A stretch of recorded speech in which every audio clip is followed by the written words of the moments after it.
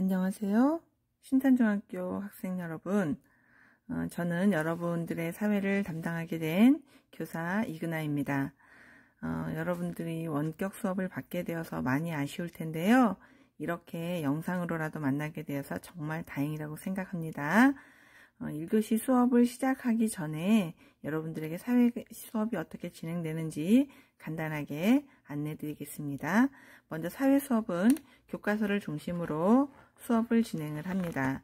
교과서에 있는 내용들을 선생님이 수업으로 설명을 하면서 중요한 내용들은 노트에 필기를 하게 됩니다. 그래서 여러분들은 등교하시게 되면 사회 노트를 준비해 주시면 됩니다.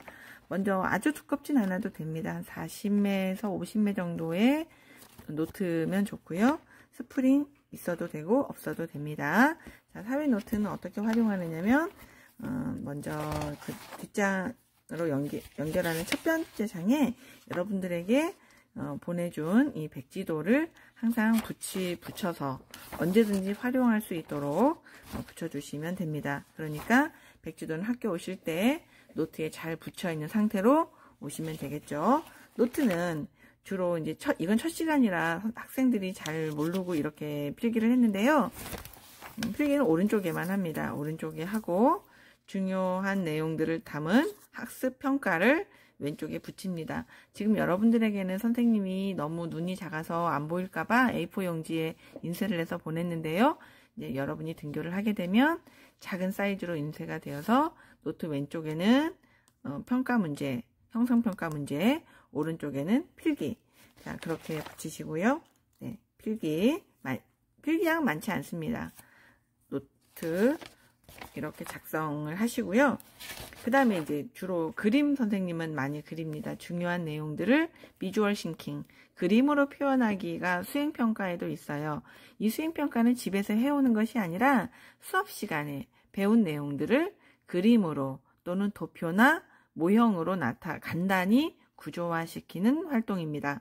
얼마나 자신이 잘 알고 있는지 또 그 내용들을 어떻게 정리하는 것이 개념을 설명을 잘 할 수 있는지를 알 수 있는 방식인데 실제로 해보면 훨씬 더 재밌습니다. 그림을 그려가면서 중요한 내용들을 정리하는 방식으로 노트 필기가 이루어집니다. 또한 선생님이 여러분하고 수업 활동을 하면서 발표를 잘하는 친구, 참여를 열심히 하는 친구, 또 많이 알고 있어서 친구들에게 나눔을 잘할 수 있는 친구들을 매 시간마다 이제 이렇게 상점 도장 깨기 판을 주면 책에다가 이렇게 부착을 합니다.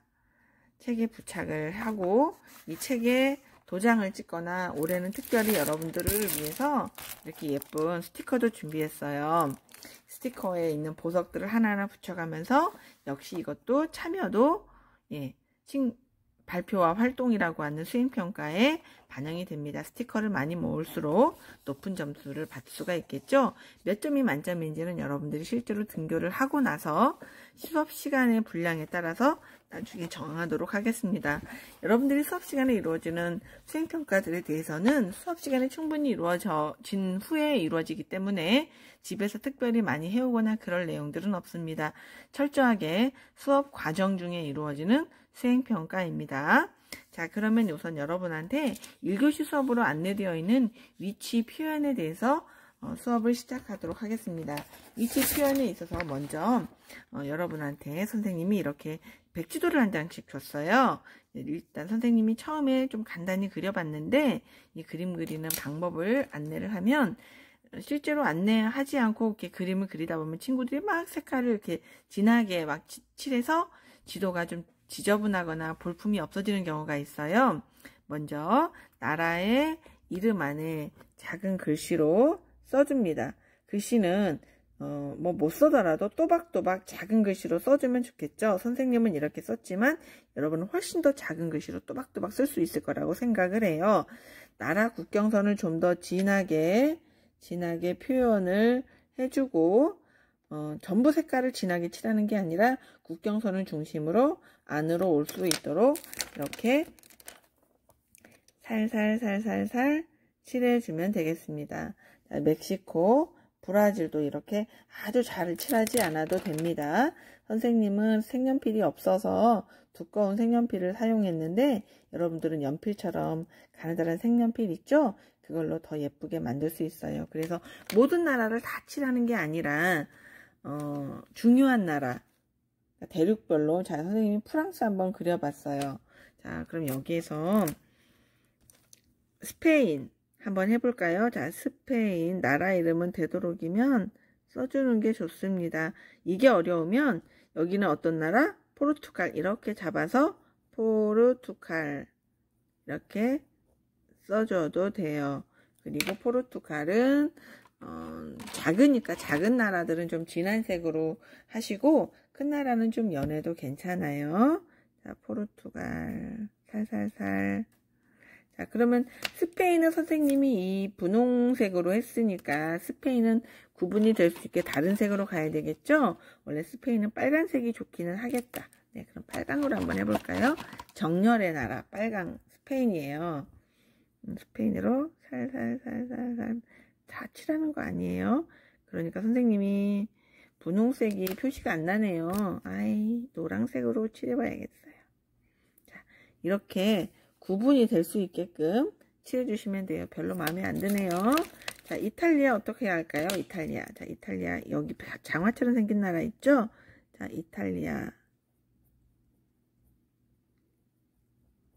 이탈리아도 선생님이 글씨가 너무 작아서 안 보이면 역시 이렇게 줄 이렇게 긋고 이탈리아 해서 그려도 됩니다. 이렇게 여기다 바다에다 이탈리아. 자, 이탈리아 노란색으로 한번 칠해볼까요?